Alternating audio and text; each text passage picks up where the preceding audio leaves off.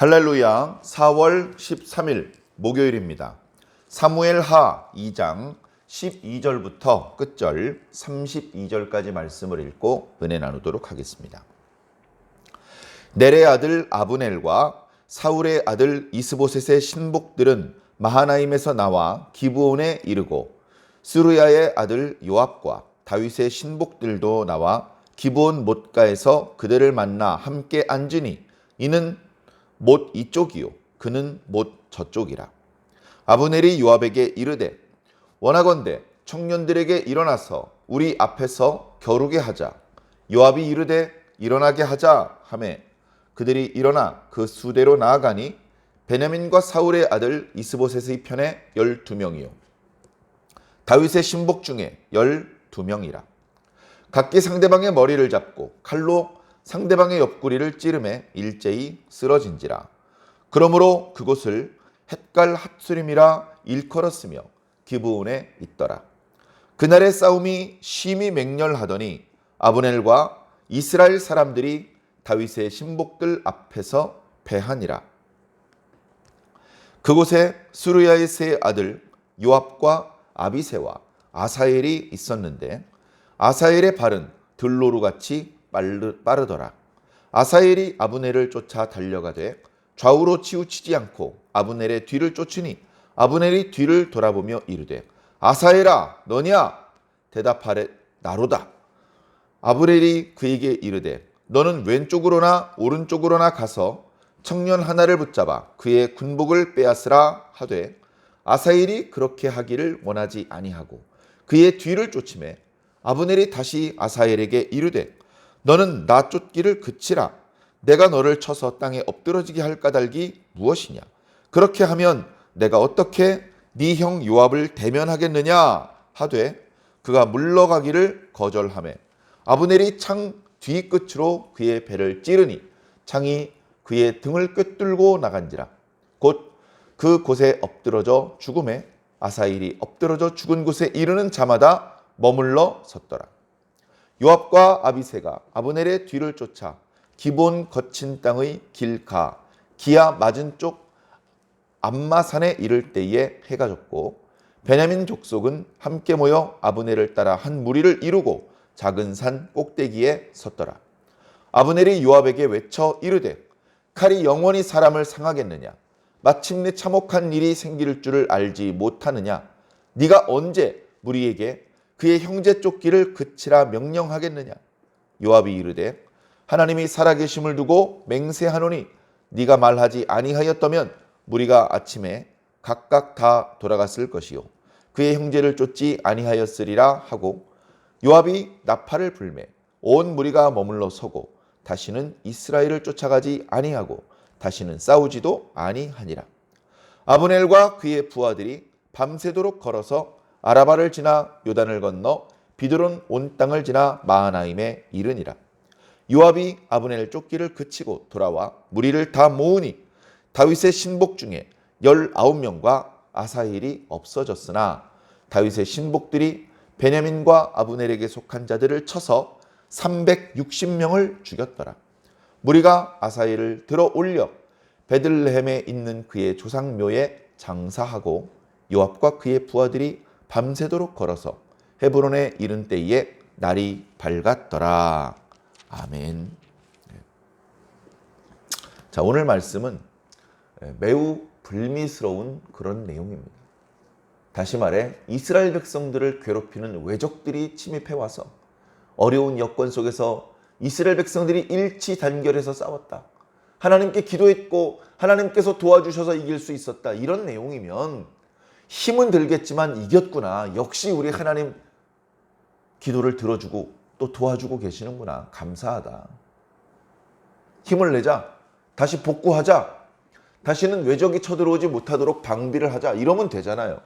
지금 누가 누구랑 싸우느냐? 이스라엘 백성과 유다 백성이 싸웁니다. 이스보셋의 편에 선 베냐민 지파를 중심으로 한 북이스라엘 10지파 그리고 다윗을 중심으로 한 유다 지파 한 지파 그 둘 사이에 싸움이 벌어졌습니다. 우리가 지나간 시간에 다윗이 헤브론에서 유다 족속의 왕이 되었다 말씀을 드렸죠. 왕이 되고 제일 처음 한 일은 전 왕이었던 사울이 죽은 것에 대하여 길르앗 야베스 사람들이 목숨을 걸고 나름 정성을 다해서 장례를 치러드렸고 7일 동안 금식했던 일에 대해 보고를 받고 그들에게 전령을 보낼 일을 했습니다. 내가 들어보니 너희들이 사울 왕의 시신을 수습을 하였고 정성을 다해서 장례를 치러드렸다고 들었다. 참 잘하였다. 너희들이 그렇게 은혜를 베풀었으니 하나님께서도 너희에게 은혜와 진리로 갚아주실 것을 믿고 나도 너희에게 선을 행해 줄 것을 약속한다. 그러니 너희는 손을 굳게 하라. 내가 유다 족속의 왕이 되었습니다. 다시 말해 내가 이제 이스라엘의 새로운 지도자로 그렇게 지금 활동을 시작했으니 너희들도 불미스럽게 형제들끼리 다투는 일이 발생되지 않도록 나에게 투항하고 나를 지지해주고 나와 함께 통일왕국 이스라엘을 새롭게 건설하자. 이제 그런 말을 우회적으로 표현을 한 것이죠. 거기에 대한 응답으로 아브넬이 군사를 몰고 나온 겁니다. 어림없다! 니깟 놈의 무슨 왕이냐? 우리 왕 사울이 죽었지만 그의 아들 이스보셋이 새로운 왕으로 등극하셨다. 까불지 마라. 이스보셋의 말에 복종하지 않는 자는 반역자다. 반역자를 처단하러 나왔다. 마하나임은 요단강 동편입니다. 거기서 군사들을 이끌고 아브넬이 요단강을 건너서 기브온으로 나왔습니다. 기브온은 과거 베냐민 지파의 땅이면서 그리고 사울 왕의 고향입니다. 그래 아브넬이 군사들을 몰고 거기까지 나왔다는 이야기를 듣고 요압은 요압대로 군사들을 이끌고 기브온으로 올라갔습니다. 그 주변 땅에 물을 대고 있던 저수지가 있었는데 그 저수지를 가운데 두고 하나는 남편에 하나는 북편에 진을 치고 있었습니다. 군대 장관들이 명령을 내리니까 병사들이 나와서 진을 치고는 있지만 할례받지 못한 이방인들과 싸우는 것도 아니고 하나님께서 도와주시는 성전도 아니고 동족들끼리 마주 앉아서 소풍 나온 것도 아니고 서로 먼저 손을 들어 상대방을 치기가 별로 내키지 않는 그런 상황입니다. 그런 상황에 아브넬이 먼저 얘기를 합니다. 요압아! 우리 소년 몇 명을 선발해서 대표로 싸우게 해보자. 사실 원문의 의미를 살펴보면 사실은 조금 경박스러운 표현을 하고 있습니다. 대표 선수를 뽑아서 겨루어보자. 1대1로 싸움을 붙여보자. 이런 뜻이 아니고 개역 한글판에만 보아도 우리가 애들을 몇 명 선발해서 장난치게 해보자. 그 장난이 뭐냐면요. 목숨 걸고 싸우는 겁니다. 죽을 때까지. 그리고 어찌 보면 제대로 싸우는 게 아니고 한 손에 칼을 들고 한 손은 상대방의 머리끄댕이를 잡고 옆구리를 찌르는. 그래 이쪽에서 12명 저쪽에서 12명을 선발했습니다.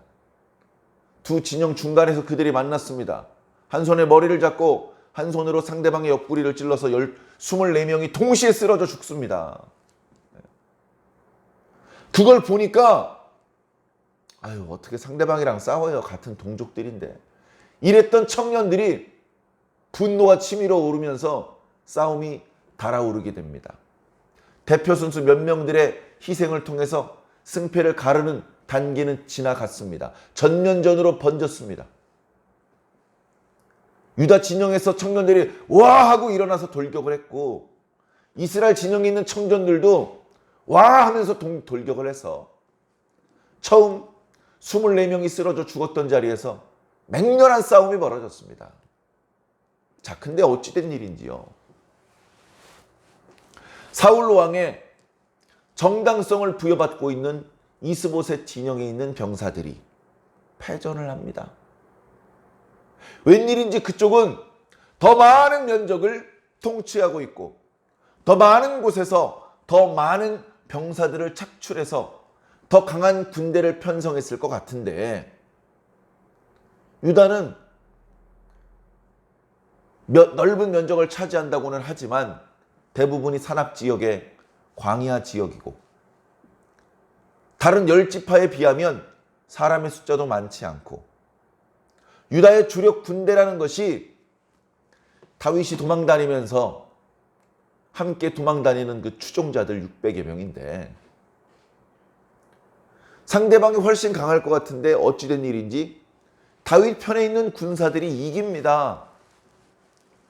꽝 하고 한번 세게 부딪혔는데 이스라엘과 아브넬의 군대가 밀립니다.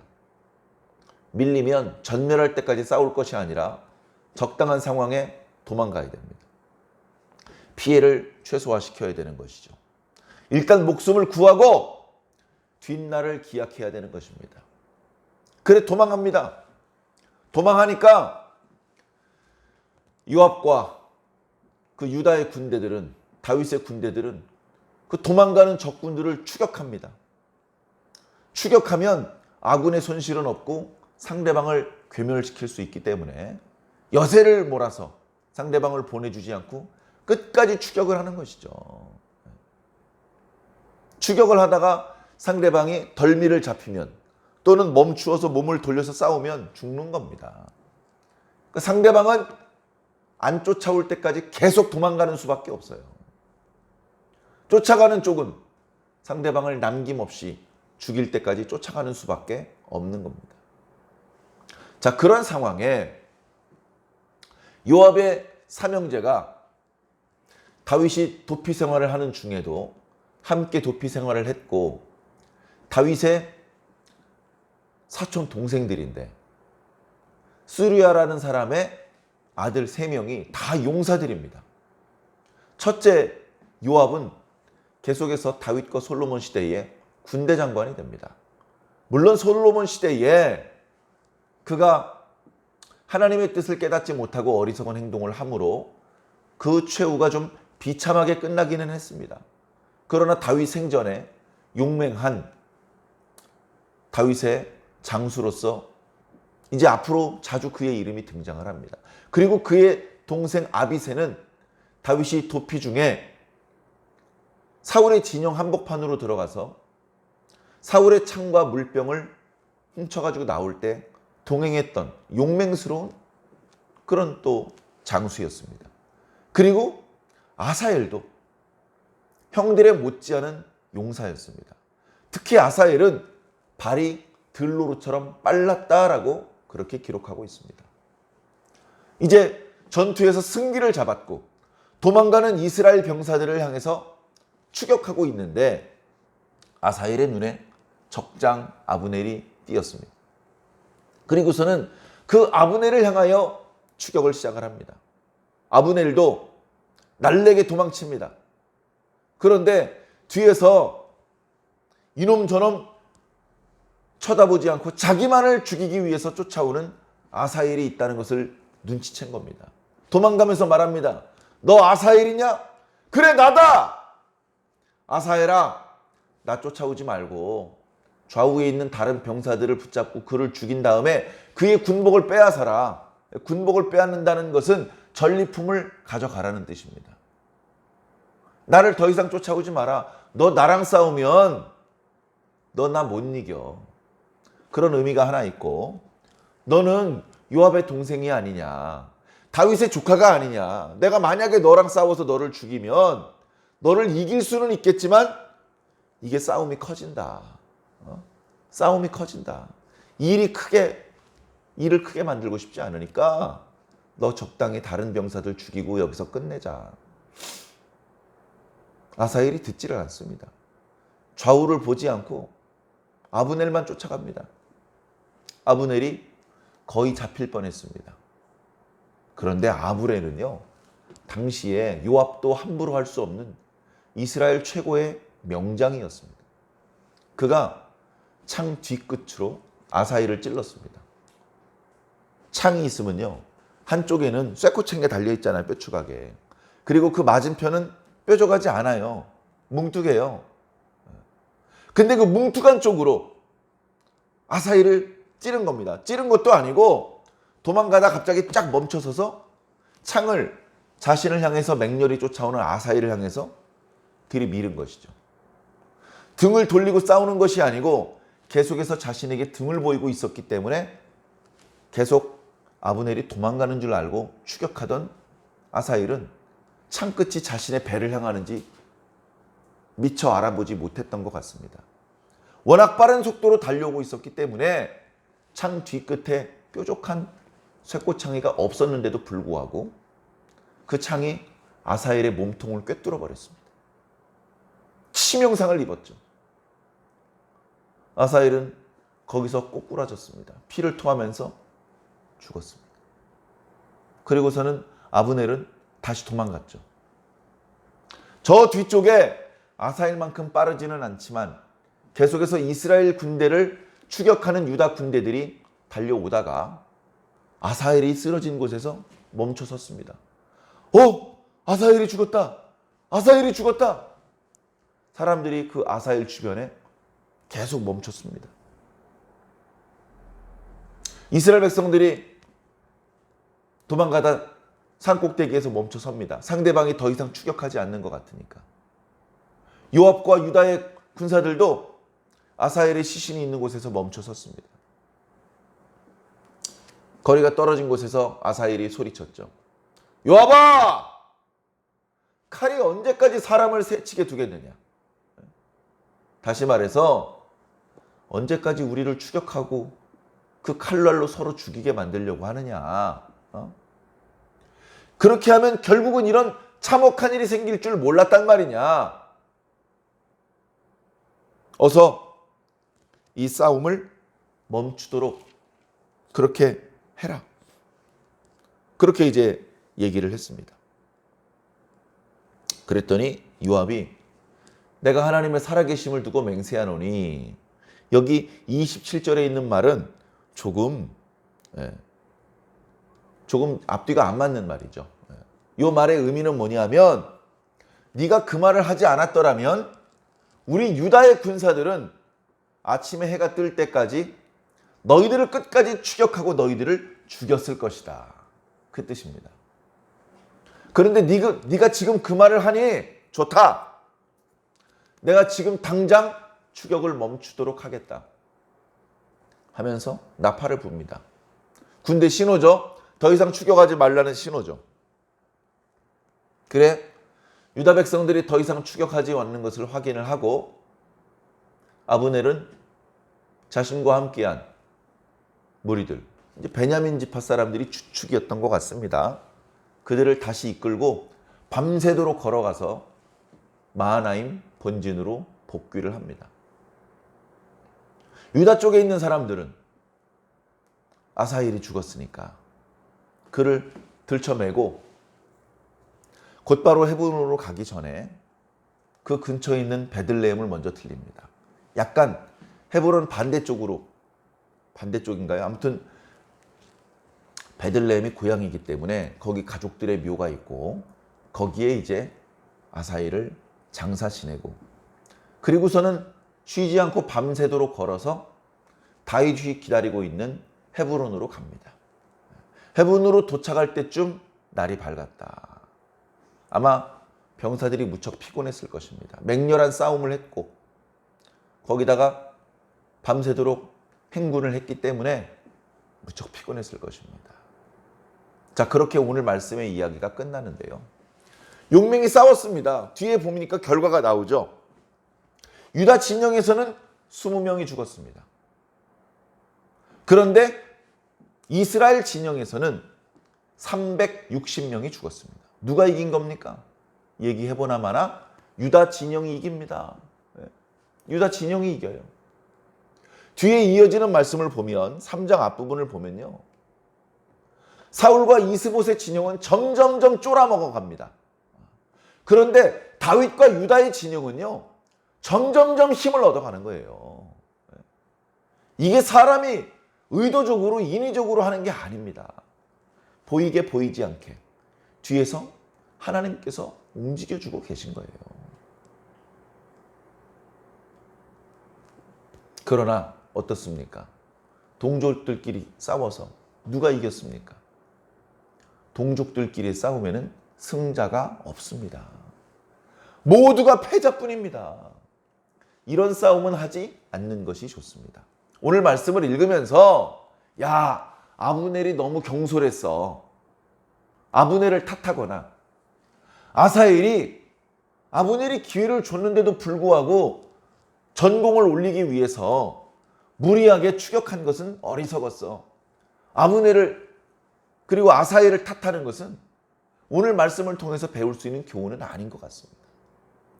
오늘 말씀을 통해서 우리가 절대 놓쳐서는 안 되는 교훈은요, 형제끼리 싸우면 안 된다는 겁니다. 형제끼리 싸워서 누굴 기쁘게 할 수 있습니까? 블레셋 사람들이나 대적들만 기쁘게 하는 거예요. 성도들끼리 싸우면 누가 좋아합니까? 집사님들끼리 싸워요. 그럼 장로님이 좋아합니까? 권사님이 좋아합니까? 마귀만 좋아하는 거예요. 형제들끼리도 속상한 일 있습니다. 의견 차이가 있고요. 충돌도 있고요. 크고 작은 다툼이 있을 수 있는데요. 다툼을 빨리 멈춰야 돼요. 빨리. 다툼을 멈추는 방법은 내가 참는 겁니다. 상대방이 참을 때까지 기다리는 게 아니고 내가 참는 겁니다. 참는다는 말은 내가 잘못한 게 없지만, 내가 억울하지만 내가 내 권리를 끝까지 주장하지 않는 겁니다. 내가 내 것을 포기하고 양보하는 겁니다. 보통 싸움을 격렬하게 만들고 싸움이 끝나지 않고 길게 이어지게 만드는 사람들은 어떤 생각을 가지고 있냐 하면 정확한 사실을 규명하자, 이런 주장을 합니다. 이 일이 어떻게 된 것인지 정확하게 밝혀보자, 이런 주장을 하는 사람들 때문에 싸움이 격렬해지고 싸움이 끝을 모르고 계속 이어집니다. 그런데요, 오래 살아보니까 그렇습니다. 모든 일은 정확하게 규명하는 것이 불가능합니다. 보는 관점마다 다르게 보이기 때문에요. 정확하게 객관적인 사실을 밝혀낸다는 것은 불가능합니다. 괜히 감정만, 상처만 받는 거예요. 진실을 파헤쳐서 정확하게 있었던 일을 규명하려고 하지 말고, 그렇다고 잘못한 것을 덮어주고 두둔하라는 뜻이 아닙니다. 내가 먼저 양보하고 내가 먼저 참는 겁니다. 어렵습니다. 힘이 있을 때 쓰는 게 쉽지, 안 쓰는 건 어려워요. 그러나 힘 빼고 살란 뜻이 아니고, 힘이 있지만 필요하면 써야 되지만 형제들과의 분쟁이 생겼을 때 형제들을 향해서 그 힘을 쓰면 곤란하다는 말씀입니다. 그건 주님을 기쁘시게 하는 방법이 아닙니다. 그동안 저도 신앙생활 40년 넘게 하면서 너무나 후회되고, 그때 그렇게 하지 말 것을, 그런 일들이 지금도 떠오르는데 같은 실수를 반복해서는 안 되겠죠. 오늘 말씀을 통해서 반면 교사를 삼아야 될 줄로 믿습니다. 각자 자신의 모습을 떠올리고 순간순간 화가 치밀어 오르고 억울함이 느껴지고 뭔가 시비를 명명백백하게 가리고 싶어질 때 한 번 더 생각해 보시기 바랍니다. 먼저 주님께 여쭈어 보시기 바랍니다. 그래서 열심히 다투고도, 그래서 억울함을 해소하고 누명을 벗고도 후회하는 일이 없으시기를 바랍니다. 우리가 신앙의 길을 걸어가야 되잖아요. 옆에 있는 사람과 싸워서 이기는 게 목적이 아니고, 거기선 져도 돼요. 그러나 내 신앙에서는 승리를 해야 되잖아요. 형제들과의 다툼을 일삼다가 신앙의 길에서 넘어져 버리면, 또는 옆에 있는 형제를 넘어뜨려 버리면 무슨 소용이 있겠습니까? 사랑하는 성도 여러분, 더 크고 더 중요한 것을 항상 염두에 두셔서 작은 문제들 때문에 실수하고 걸려 넘어지지 마시고 최후의 승리를 꼭 얻게 되시기를 예수님 이름으로 간절히 축원합니다. 아멘.